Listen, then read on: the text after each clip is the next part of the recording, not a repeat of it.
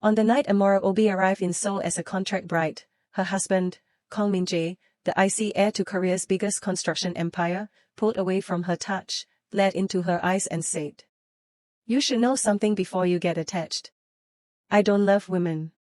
And that was only the beginning.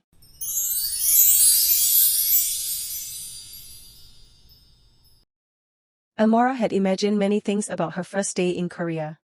But she did not imagine being left alone at the airport in a strange country, holding a wedding ring she barely understood.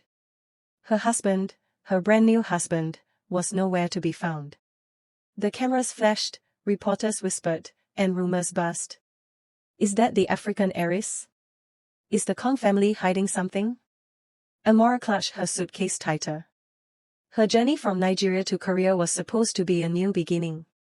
Instead, it felt like a trap. 3 months earlier, Amara had been living a normal life in Lagos, studying architecture, helping in her mother's restaurant, dreaming small but beautiful dreams. Until her uncle made a phone call that changed everything. He told her the Kang family in South Korea owed their family a debt.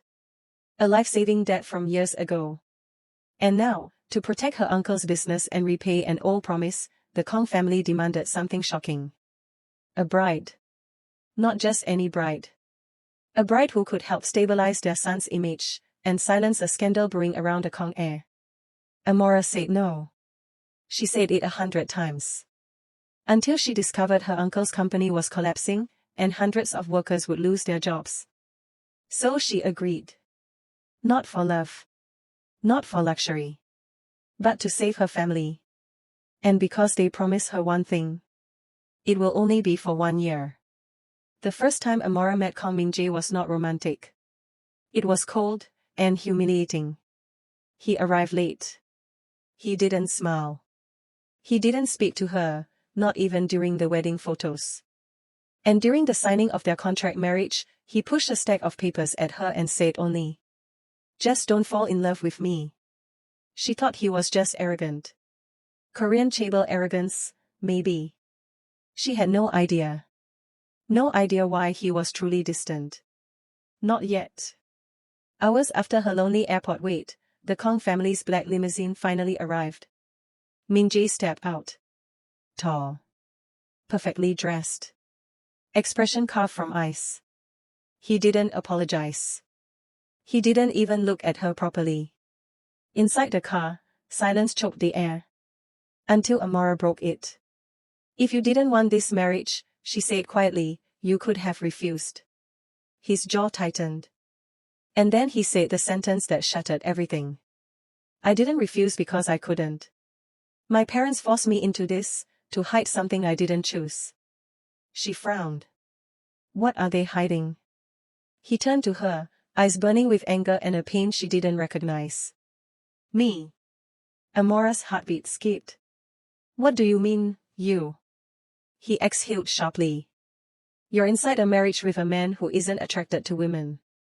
"I'm gay, Amara.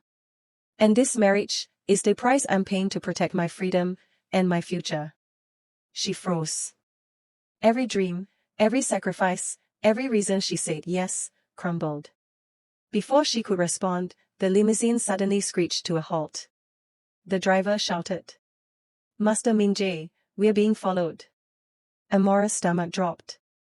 Min-Jae grabbed her arm protectively, instinctively, despite everything he'd said minutes earlier.